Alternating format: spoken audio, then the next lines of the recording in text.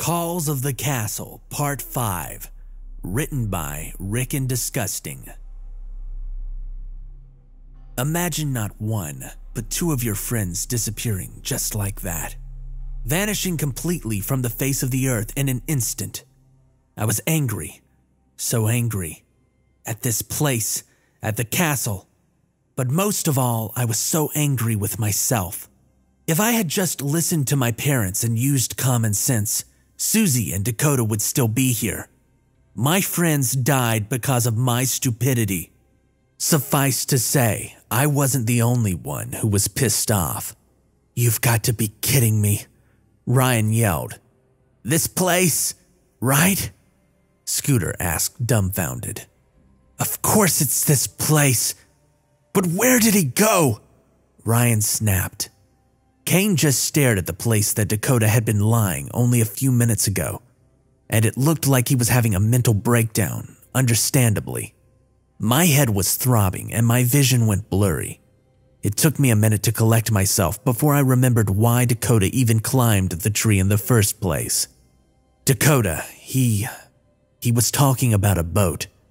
We have to find it. Maybe it'll get us out of here. I managed to get out.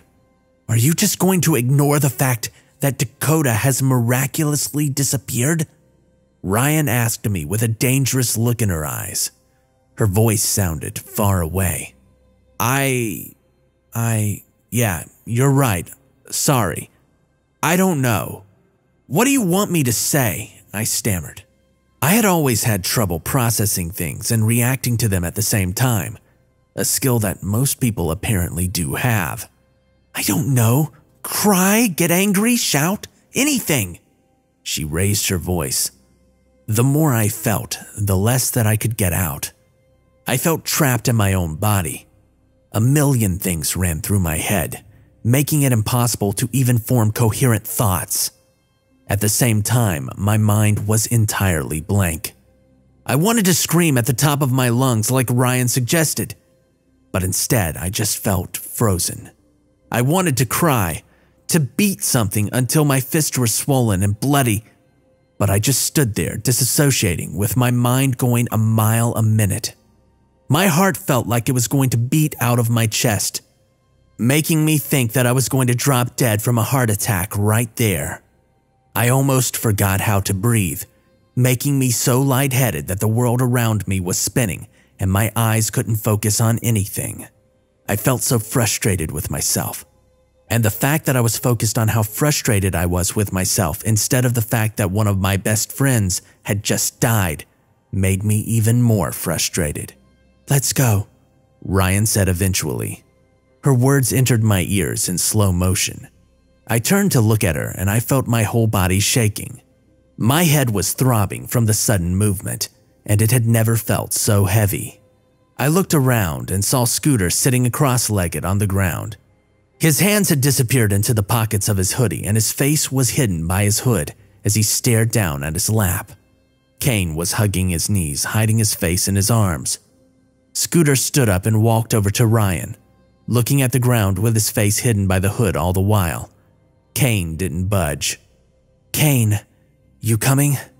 Ryan asked, all emotion drained from her voice. He didn't answer. "Kane, I asked if you're coming," Ryan repeated, annoyed.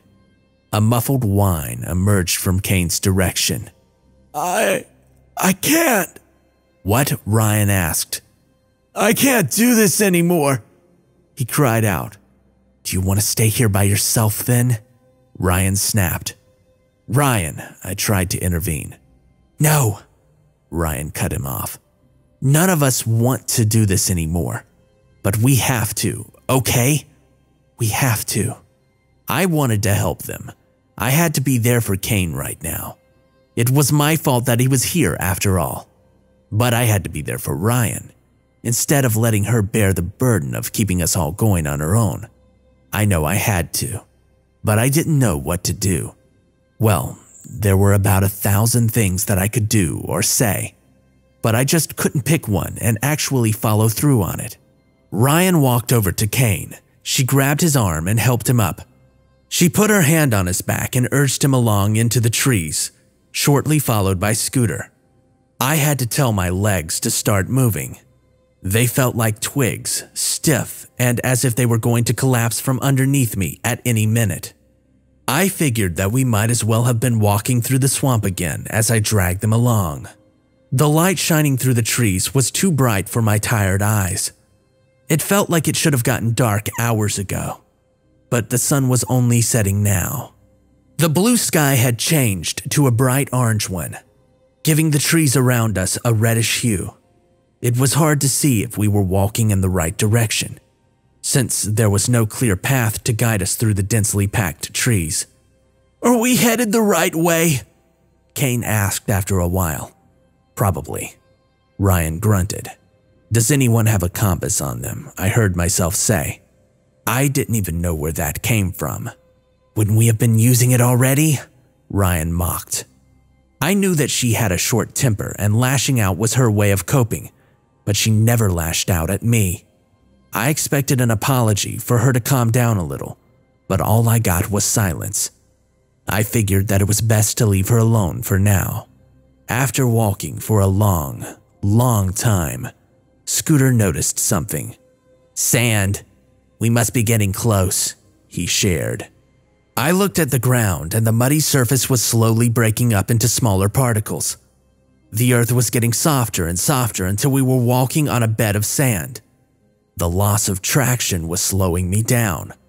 I dragged my tired legs along as my aching feet sank with each step. The ringing in my ears made me realize how quiet it was around us. There was still no sign of life besides us. The wind had died down to the point where there wasn't even the slightest rustle in the trees. It seemed like time was frozen and we were the ones trapped under the ice. We kept trudging on through the sand. There was no squawking seagulls, but the smell of the ocean indicated that we were getting close. After a while, the trees in front of us parted and a straight, endless horizon could be seen beyond them. The orange light of the sun pierced through the branches and washed over us. We stepped out of the tree line and onto the perfectly white beach separating us from the sea. The sand was smoothed over to the point that not a single bump could be seen. Of course, there were no footsteps either. I could smell the salty scent of ocean water more clearly now, but there was no fresh ocean breeze welcoming us. As we shuffled through the sand and closed the distance between us and the sea, I got a better view of the water. I expected waves, but it looked like instead of there being water, the sand had at some point turned into molten glass. The wide open water was so still that it looked like a gigantic mirror reflecting the orange sky. It stretched on for as long as the eye could reach. Scooter walked up and touched the water with his hand. A ripple formed around it and just as quickly disappeared, leaving the water still again. "I just had to make sure," he said. "Dakota said that he saw a boat, right?" Ryan asked. "He did, yeah," I confirmed. "Where are we going to find that thing?" Ryan groaned as she kicked up sand. "Where are we even going after we find it?" Scooter brought up. "If we find it," Kane added grimly. I peered along the horizon to try and look for a waypoint, but got blinded by the setting sun behind it. Let's just look for the boat now," I suggested. "Which way do we go first?" Scooter asked. "Let's go to the right first," Ryan answered. We walked along the shore for what felt like hours. The sun still hadn't set yet. Luckily, my eyes had adjusted to it a little. Even though it was supposed to be winter, it felt warm on the beach. The sun and the lack of wind combined with all the walking made me sweat buckets, draining me even more. We walked and walked until we reached the end of the shore. There, we were met by tall trees where the beach ended and the forest began. Ryan plopped down on the sand and let out a huge sigh. I sat down next to her and pulled out my phone. I saw that it was almost out of battery.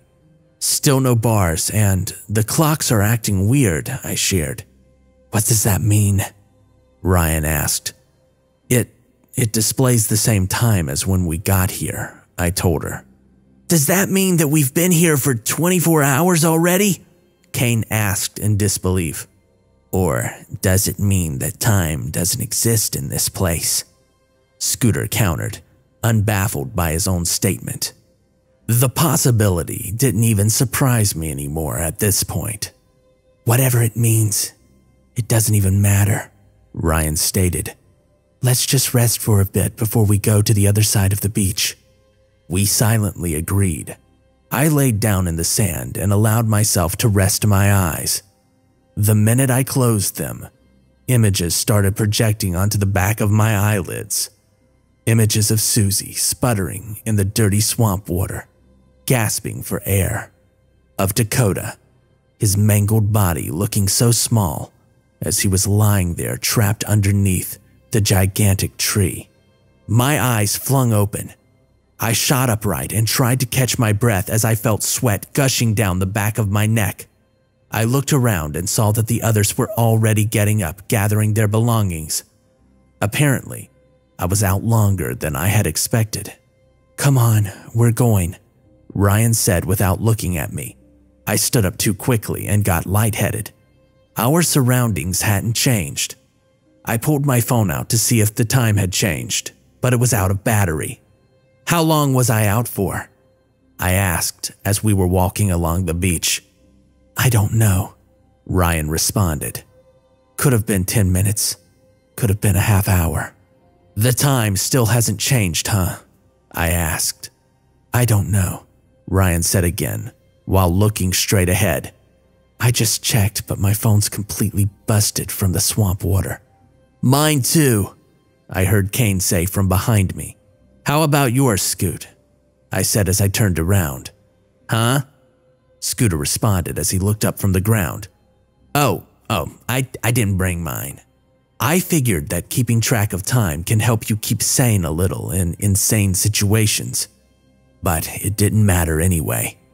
It's not like it would change anything about our situation. We walked on quietly. Ryan walked ahead at a speedy pace, with the rest of us trying to keep up behind her. Luckily, the way back seemed to go by faster. Suddenly, Ryan stopped dead in her tracks. Are you kidding me? She screamed out. What's wrong? I asked as I ran up to her. When I caught up, I could see what she was cursing at. We had made it back to the same place that we had entered the beach from. And there it was in the middle of the sand. A small, weathered rowing boat. Freaky, Scooter commented. This place is just messing with us, Kane concluded. Ryan pulled back her leg and kicked the boat as hard as she could. I heard the wood crack underneath her shoe. Whoa, Ryan, we need that in one piece, I brought up carefully. Let's just get this over with, she said as she took off her backpack and threw it in the boat. Let's get going. She walked up to the front of the boat, ready to pull it off the sand. Help me with this, she instructed. Fortunately, Ryan kept her cool. I walked up to the back of the boat to push it into the water. It was a lot heavier than I had expected, and it hardly inched forward. Scooter saw I was struggling and ran up to help me push. I looked to my side and gave him a thankful smile before returning to focus on the goal. Giving it our all, we got the boat into the water after struggling with it for a while. Let's get in, Ryan said. She grabbed one of the 2 sets of paddles and climbed in the front of the boat, and I held it in place. Kane went in after her, followed by Scooter. I grabbed the second set of paddles and got in the back. I awkwardly succeeded in getting in without drenching my feet, and I pushed the boat away from the shore and onto the sea with my paddle. Ryan immediately started paddling like crazy. I tried keeping up with her. Being on the calm sea actually cleared my head a little, and my mind was only occupied with the task at hand. The drop in temperature woke me from my dissociative episode, and it made me take in my surroundings. The sky was quickly changing from orange to gray as thick clouds had formed.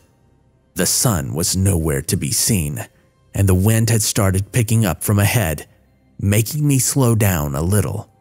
I looked back and could no longer see the island that we had departed from. The only thing that I could see was water. Every so often, I would hear Ryan cluck her tongue in annoyance and sigh when our paddles would clunk together. Other than that, the rushing of the water and the gushing of the wind, everything was quiet. That's why Ryan startled me when she suddenly yelled, "We have to go at the same time, Gabe. We're getting nowhere like this." "I'm sorry," I started. "So, lift them first, then drag them through the water? Can you try that?" she asked firmly. Yeah, hold on," I replied as I watched her intently. We were in sync for a while, until Ryan picked up the pace and my tired arms couldn't keep up anymore. The wind had picked up even more and was slowing us down a great deal. We were hardly inching forward by now. Ryan was still paddling fervently and would let out a grunt every few rows. "I see something up ahead!" Ryan yelled suddenly over the sound of the storm. "Finally!" Kane exclaimed. I looked past Scooter and saw a few rock-like structures emerging from the water to the north. "There's probably land up ahead. We got this, all right, Gabe? We just have to keep going," Ryan yelled as she looked back at me. I nodded at her. The waves were getting bigger and bigger. Our boat could barely handle all the pressure and was rocking back and forth like crazy. Scooter couldn't handle the turmoil and bent over the water and heaved. I could hear thunder rustling in the distance. There was a bang so loud that Kane jumped about 3 feet in the air. A few seconds later, a lightning bolt broke up the sky. It hit the water dangerously close and the water burst open and shot up in every direction. I looked up just in time to see a giant wave crashing down on us. Our little boat tipped over. I was flung overboard and took a big gulp of water as I went down. It was getting darker and darker around me as I sunk. I remember how peaceful and quiet it was underneath the water. I stopped sinking and looked up to the surface. I was already out of air before I could even move. I was getting dizzier and dizzier as I tried to claw my way up. I kicked my feet one last time and propelled myself above the surface. I took in a big gulp of air and coughed and sputtered up water at the same time. My eyes and nose were stinging from all the salt. I looked around, disoriented. I couldn't see anyone at first. I couldn't see the boat either. Then I could make out the small figure of Ryan in the distance. I waved and screamed for her. She didn't see me, nor the boat that was headed her way, carried by a huge wave. She turned around and I looked her in the eyes as the boat slammed into her. It broke apart at the impact and debris was flung in every direction. I could see the color of the water slowly change to red where Ryan had just now been. Another wave formed, spreading out the stain further. It carried debris over my way and crashed down on me. I went out cold as the plank hit my temple.